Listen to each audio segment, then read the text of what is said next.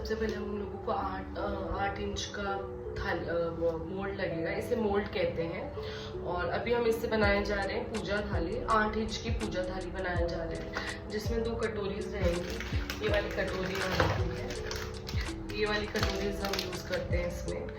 और जो जो चीज़ें यूज़ होगी मैं आगे प्रोसेस में आपको बताते जाऊँगी। सो अभी हम लोग ध्यान रखेंगे इस चीज़ का कि हम लोगों को मेजरमेंट लेके ही रेजिन लेना है।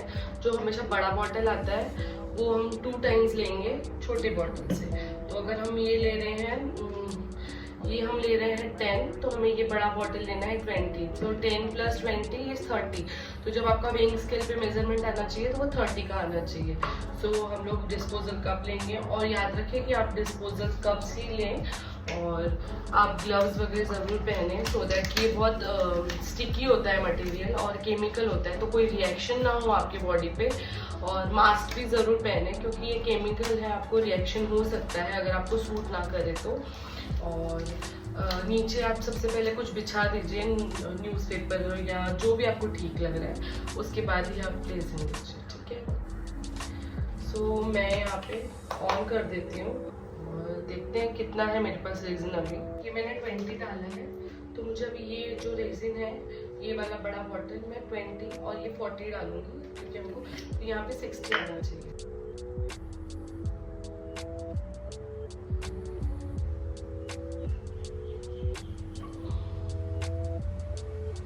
देख सकते हैं यहाँ पे मेरा 60 नंबर काउंट का हुआ है। अगर ये मैंने हाथ में लिया इसलिए हिल रहा है। ये 60 है, तो 40 मैंने बड़ा वाला बॉटल में से लिया था, और छोटा वाला मैंने 20 लिया था। तो ये डबल अमाउंट हमको लेना होता है।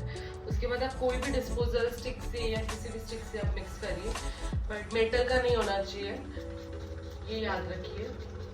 हमें इसे अच्छे से मिक्स करना है। और पॉट लाइफ ये होती है, पॉट लाइफ यानी जब हम इसे पोर करते हैं तो ये एयर के कांटेक्ट में आ जाता है केमिकल, और उसके बाद ये ड्राई होने की प्रोसेस इसकी स्टार्ट हो जाती है। ड्राई होने की प्रोसेस जब से डाला है और उसके 45 मिनट्स के बाद इसे ड्राई होने की प्रोसेस स्टार्ट होती है। तो जो बिटवीन का टाइम है उसी में ही हमें रेजिन कास्ट करना होता है, रेजिन पोर करना होता है। उसके 45 मिनट्स के बाद वो ड्राई होना स्टार्ट होगा, फिर आप उसमें चेंजेस या कुछ पोरिंग में प्रॉब्लम होगी, आप नहीं कर सकते हो। और फिर धीरे धीरे रेजिन गर्म होना भी स्टार्ट हो जाता है। और इसलिए बहुत ज़्यादा ज़रूरी है कि इन चीज़ों का आप ध्यान रखें, पॉट लाइफ, शेल्फ लाइफ का। और जैसे ही आपका काम हो जाता है, आप एक और चीज़ रखिए कि आपके जो भी बॉटल्स रहेंगे ये सारी आप बंद करके साइड में रख दीजिए। अदरवाइज ये सूख गया तो ये फिर मटेरियल काम का नहीं रहता है। इसे हम अभी क्या करेंगे ना, इसे हम 2 पोर्शन में डिवाइड कर लेंगे। अगर आपके पास कोई, ये मेरा मोल्ड है, मैंने मोल्ड यूज़ किया है। अब मैं इसे अंदाजे 2 कप में डिवाइड करूँगी, क्योंकि मैं इसे 2 कलर में या 2 चीज़ों में ऐसे कास्ट करने वाली हूँ।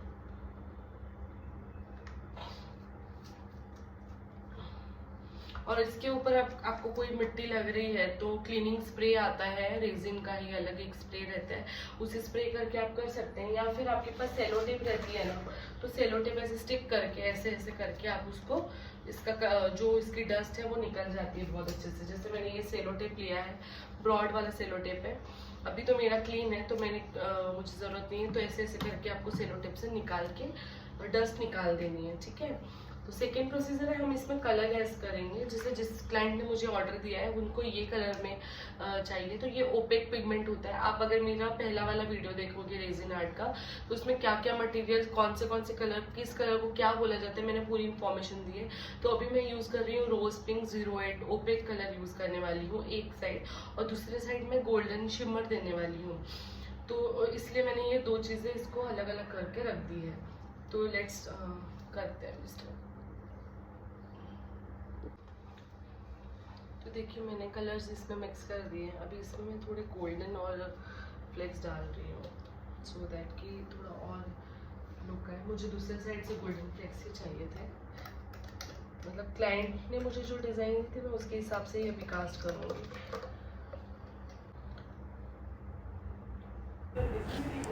तो अभी मैं जब ये पोर कर रही हूँ तो उसके बाद मैंने डिस्पोजल स्पून से इसको हाफ़ पोर्शन तक पूरा उसको फैलाते गया है। ऐसा नहीं है कि वो हमारा कम हुआ है, वो एक जगह पे स्टक होता है क्योंकि थोड़ा हाँ गाढ़ा होता है लिक्विड। सो इसको देखिए मैं स्पून से हिलाते जा रही हूँ। इसके बाद गोल्ड फ्लेक्स वाला जो है वो हम लोग डालेंगे और उसके बाद अगर कोई थोड़ा ड्राई होने इसको भी हम फैलाएंगे और उसके बाद ड्राई होने के बाद हम उसको थोड़ा सा स्टिक से अगर डिज़ाइन देनी है उसके बाद बबल स्प्रे करेंगे। इससे जो भी स्प्रे है वो चले जाते हैं, बबल्स होते हैं वो चले जाते हैं। स्प्रे करेंगे क्योंकि इसके ऊपर बहुत सारे बबल्स क्रिएट हो जाते हैं और ये हम स्प्रे करेंगे। और ये एक अल्कोहल होता है जिससे, और ये ब्लो टॉर्च होती है, जो पूरे बबल्स होते हैं ना इससे बर्स्ट हो जाएंगे आप अगर चेक करेंगे तो।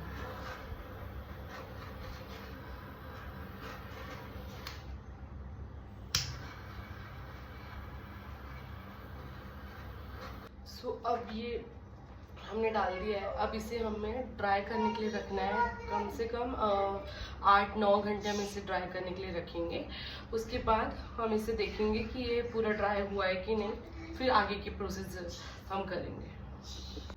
सो ये मेरी थाली रेडी हो गई है और अभी इस पर मैं ये जो पील ऑफ वाला मंत्र है मैंने वो लगाया हुआ है। ये सिंगल कोट है, उसके ऊपर जस्ट मैंने ये मंत्र चिपकाया हुआ है। ये पील ऑफ वाला मंत्र है, इसको बस हमें इसे पील ऑफ कर देना होता है। सो 8 घंटे के बाद मैंने ये ड्राई कर दिया था। ये पील ऑफ हो रहा है और ये ऑर्डर पे कस्टमाइज आपको मंत्र मिल जाते हैं। नेक्स्ट आगे का काम करें, इतना सुंदर लगता है ये करने के बाद अभी मुझे इसमें क्या क्या चीज़ें ऐड करनी है। मुझे इसमें एक चीज़ ऐड करनी है, गणपति की मूर्ति। गणपति की मूर्ति के बाद हम लोग ये कटोरी इसमें ऐड करेंगे।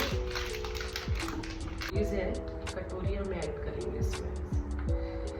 और ये गणपति की मूर्ति आती है, ये हम इसमें मूर्ति ऐड करने वाले हैं। देखिए सुंदर भगवान जी ऐड करेंगे इसमें। उसके बाद और कुछ चीज़ें हैं तो हम वो ऐड कर देना जो हमें ठीक है। और यहाँ पे 2 पेटल्स आएंगे वो मैं अभी ऐड करूँगी इसमें। सो मैंने ये सारी चीज़ें जो होती है पेटल्स होती है ये सारी चीज़ें मैंने इसमें ऐड कर दी है। और उसके बाद ये 2 कटोरी हल्दी कुमकुम के लिए मैंने ऐड किया है स्टिकर, और ये गणेश जी मैंने इसमें लगा दिए। तो अब क्या करेंगे अब हम इसमें रेजिन डालेंगे और रेजिन डालने के बाद हम ये चीज़ें वापस इसके ऊपर रखेंगे।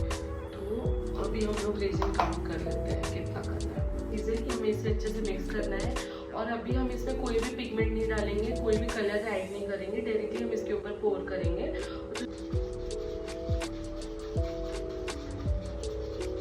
बस प्लेट को हमें अभी ऐसे पूरा हर जगह पे रेजिन को फैला देना है, चारों कॉर्नर्स में, जैसे हमने फर्स्ट लेयर में किया था।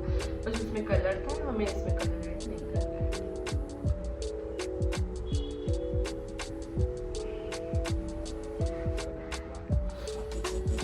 तो हमें रेजिन का काम करते हुए बहुत पेशेंस की ज़रूरत है। ऐसा नहीं किया हमने बोल दिया। इसलिए आप जब भी आप क्लाइंट को बता के दे रहे हो रेजिन का चीज़ें, तो आप उनसे एटलीस्ट 1 वीक का हर चीज़ के लिए 1 वीक या 2 वीक, जैसे आप अपना वेदर देख रहे हो, वेदर भी बहुत मैटर करता है इसमें। मॉइस्ट वेदर में ये ड्राई नहीं होता है, तो वो सारी चीज़ें ध्यान में रखिए। अब बस हम इसके ऊपर स्प्रे कर देंगे ये।